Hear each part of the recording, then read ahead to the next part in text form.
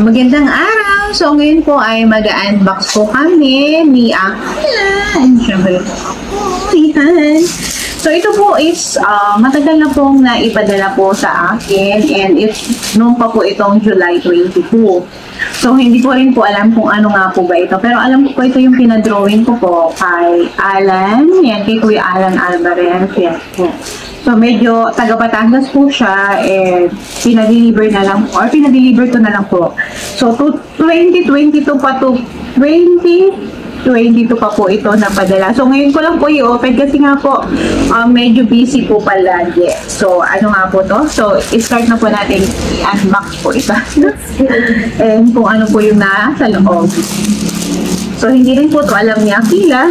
And wala din po siyang alam dito. Ako din, parang nakalimutan ko ano nga ba yung pinag-drawing ko dito. So, ayan. So, syempre, ito po ay larawan. So, kailangan ko secured siya. Nakabox po talaga siya para hindi po siya ma-deform. Kasi ito po ay parang bond paper lang po siya. Nilopic. So, ayan. Marami pong tape. So, sealed na sealed po talaga siya. So, ingat po sa paggamit ng gunting, lalo na po sa mga bata, kagaya po ni Aki. So, huwag po natin pahawakan ng gunting para safe po sila sa aksidente or any damage po ng kanilang hand or pagka-injured. So, medyo marami po tape, mahirap po siyang tagalin. Kasi nga po, ito ay protektado dapat ng busot. Kasi kapangit nga naman po yung painting pag busot. So, talaga pong sinecure po nila. Sinecure po ni Kuya Alan. Wow, ang ganda naman. So, may nakita na ako. Wow! Parang si Api ko ah. Ayan, ito po yung papyaw. Wow! Ang ganda! So, buksan po talaga natin ng buko para makita natin kung ano nga ba nasa loob. Hi! Parang si Api ko ah. Ayan. So, ayan po. Ang una po ay si Akila. Ang ganda-ganda ng Akila ko po dito. Kamukha ba po ni Akila? Ang ganda niya dito. So, tanggalan po ulit natin para makita natin yung iba. Kasi alam ko hindi lang po yung picture ni Akila. So, marami po itong kasali. So, thank you po kay Kuya Alan. Ayan, salamat sa effort na pagpipinta sa larawan po ni Akila.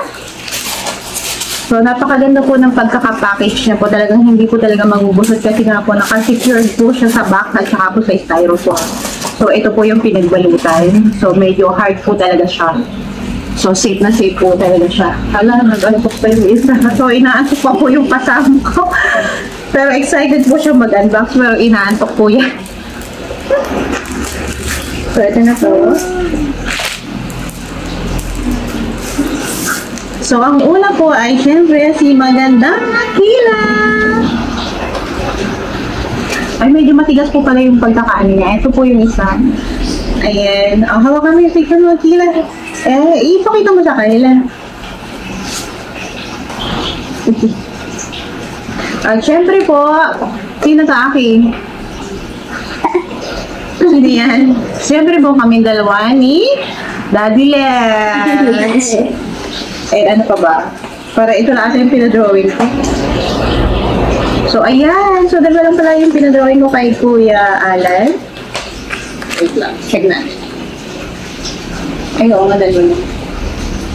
Ay, tatlo pala. Ito.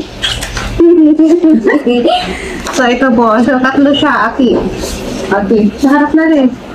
So, ito po yung pinadrawing ko kay Kuya Alan. So, thank you po Kuya Alan sa effort po and salamat po sa magandang larawan po namin ni Akila. Ayan. So ang ganda-ganda po talaga and ang galing-galing po niya.